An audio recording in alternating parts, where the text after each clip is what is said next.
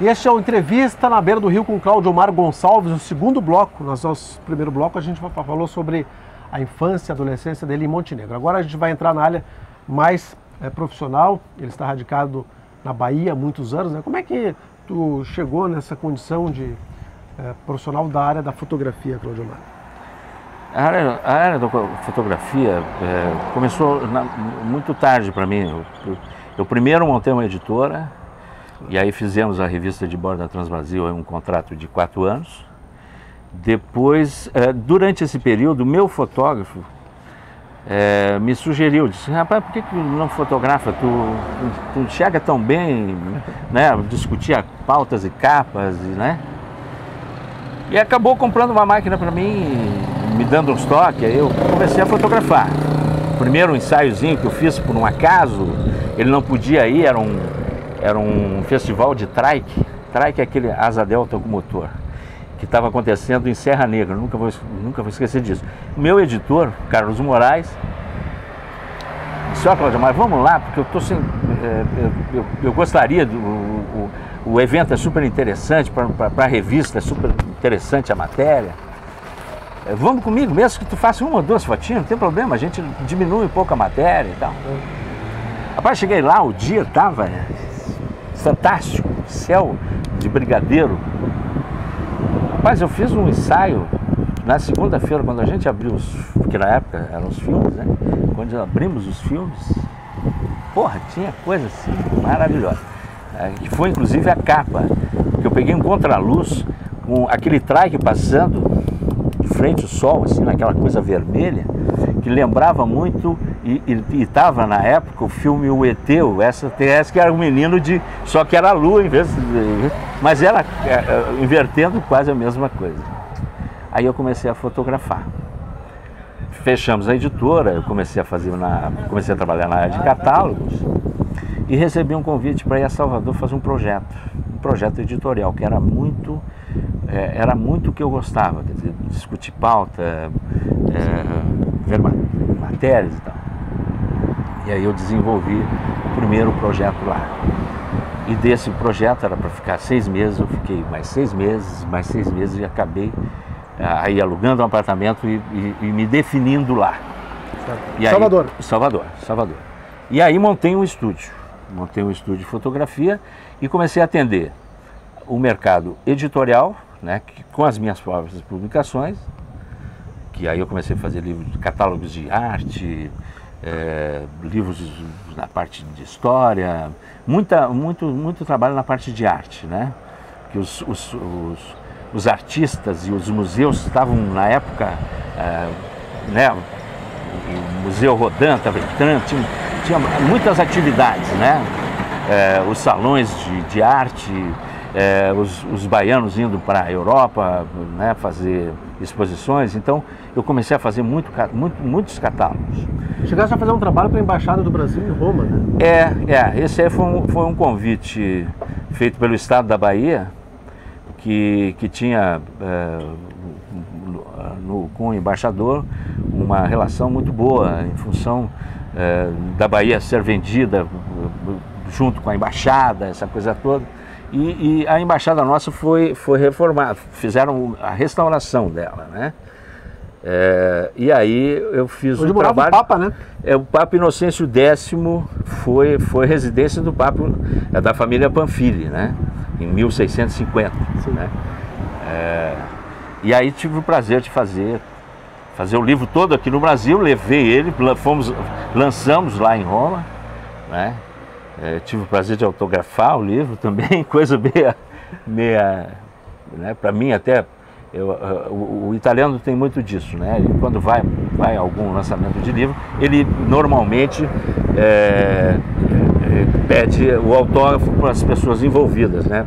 Porque não era só eu, quer dizer, eu fiz todo o projeto, mas o texto foi feito por uma jornalista brasileira que morava em Roma, Elisa Baiton, a carioca, o pessoal do restauro, né, porque tratou de todo o processo de restauro e a história do palácio, o livro tratou, né, a história então do Papa Inocêncio X e a história do restauro, né.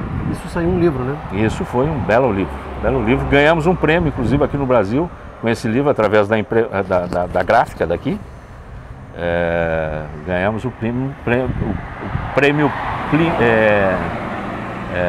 Pini, que é da área gráfica.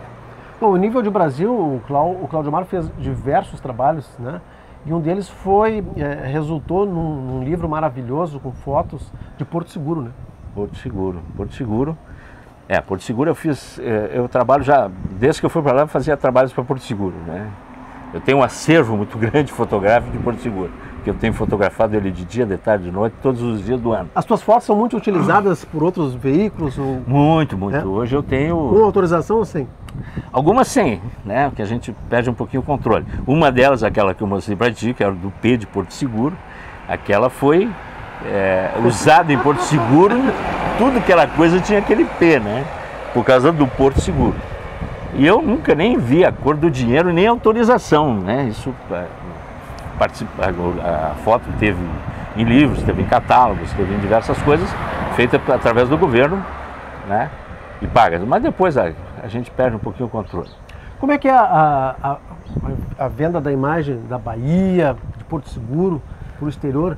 Ela chega a competir com o Rio de Janeiro? É superior, inferior? Como é que tu analisas isso morando na Bahia e também tendo essa experiência toda de exterior? Como é que o Brasil se vende lá?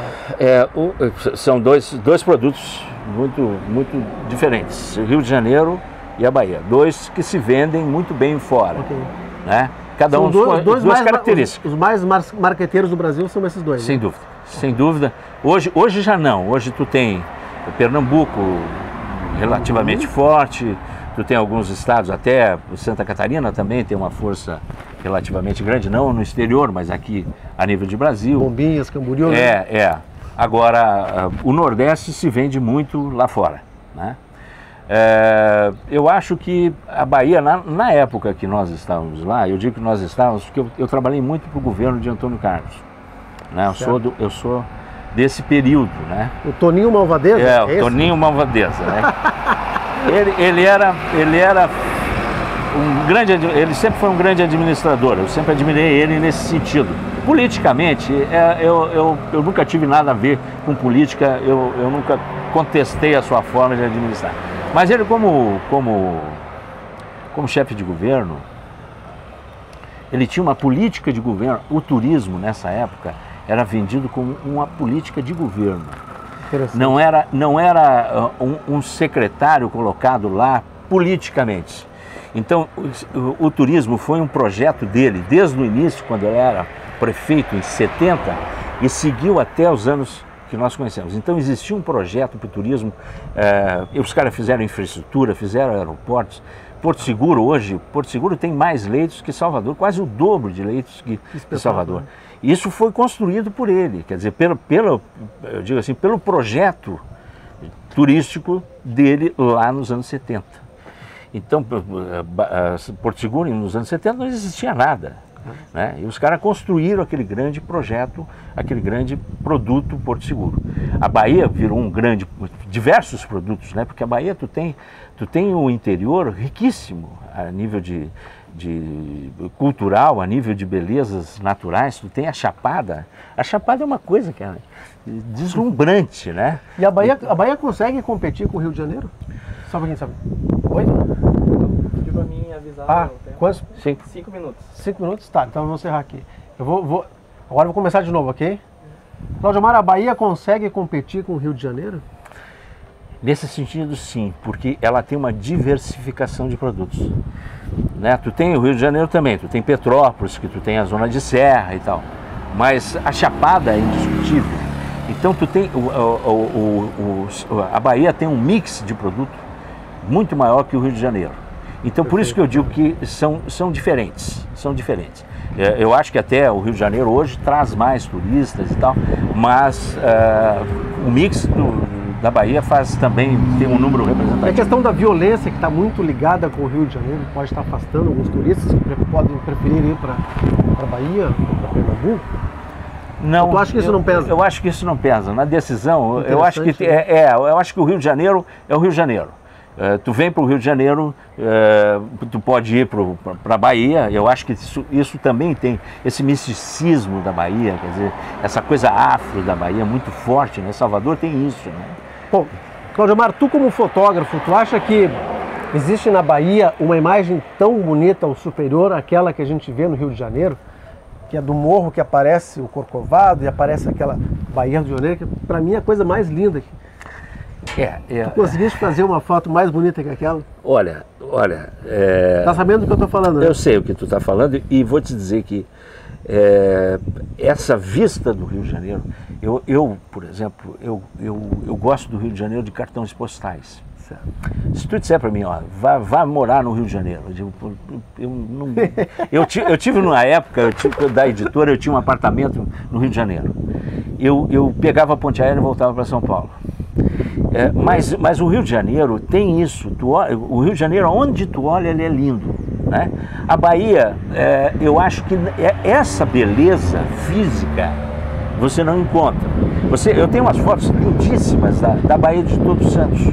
E o resto, nós temos Pelourinho, não existe essa situação geográfica que é o Rio de Janeiro. O Rio de Janeiro é privilegiadíssimo, né, nesse ponto, né? A Bahia também, para fotógrafo, é um filé, né? Porque tu anda pelo Pelourinho, tu anda pela beira do mar, quer dizer, tu tem fotos maravilhosas. Mas eu acho que esse cartão postal, essa geografia do Rio não tem. Não existe, é só Rio de Janeiro. E o mundo inteiro sabe disso, por isso que o mundo inteiro vai ao Rio de Janeiro também. Tá certo. Claudiomar, o nosso tempo infelizmente estourou. Quero te agradecer muito pela conversa, pelo bate-papo. Conhecemos um pouquinho mais do Claudiomar Gonçalves. E obrigado pela presença aqui no Entrevista na Beira do Rio. Não, eu que agradeço. Obrigado. Tá certo. Até a próxima, a gente volta a qualquer momento com mais uma entrevista nesse lugar maravilhoso que é o nosso Cais do Porto. Até mais, pessoal.